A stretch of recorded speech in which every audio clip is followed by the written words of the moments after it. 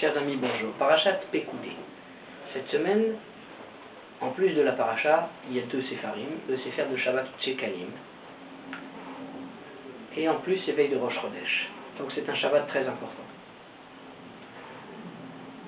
Dans la paracha, on voit une précision de tous les détails de la construction du Mishkan.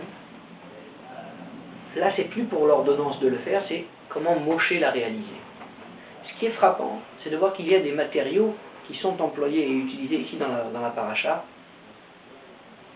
qui n'ont existé que pour l'instant, que pour la construction, notamment le fameux tachash, cette peau d'animal dont aujourd'hui on n'a plus connaissance, ou le techelet, le fameux bleu azur qu'on utilise aussi pour les tzitzit, dont aujourd'hui on n'a plus réellement la connaissance pour pouvoir le mettre dans tous les tzitzit. Et je voudrais m'arrêter spécialement sur le tachash.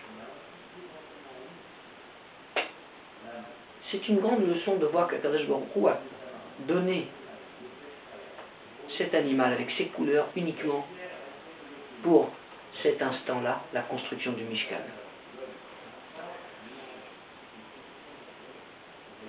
Comme tous, on a souvent des doutes. Quand on nous arrive des fois des moments difficiles, alors, est-ce que Dieu est là? Est-ce que Dieu nous aide? Cette paracha nous montre qu'Akadosh Baruch Hu calcule tout, dans les moindres détails, même les petits vers qui sont à l'intérieur de la terre, Akadosh Baruch Hu pense à eux.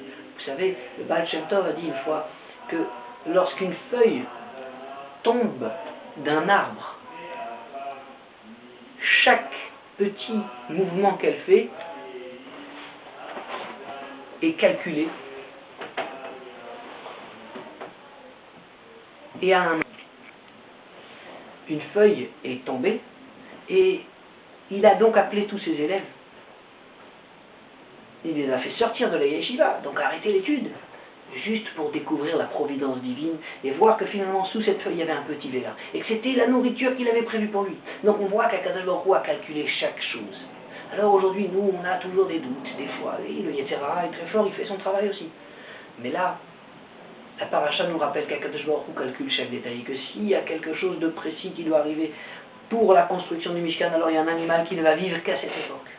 C'est vraiment un sens et un symbole très fort, pour qu'on puisse reprendre confiance en nous, et se dire qu'Akadosh Baruch Hu aujourd'hui a mis sur nos épaules l'importance de pouvoir faire redescendre la Shrina, comme ce fut le temps dans le désert.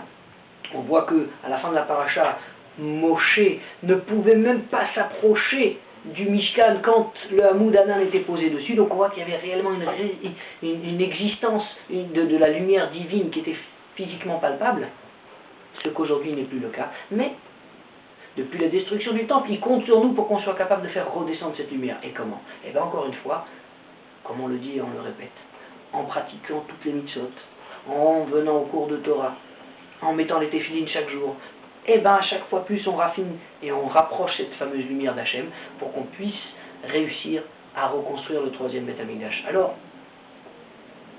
ce qu'on doit bien retenir de la paracha, c'est qu'Akadosh Baruch Hu, on peut lui faire confiance. Et que si même pour les petits animaux, ils s'inquiètent du moindre détail de leur nourriture, alors à plus forte raison que pour nous, qui le servons, qui faisons tout ce que lui attend de nous, alors il fera tout ce qu'on a besoin pour être ses bons serviteurs. Alors Dieu fasse qu'on puisse être de très bons serviteurs et que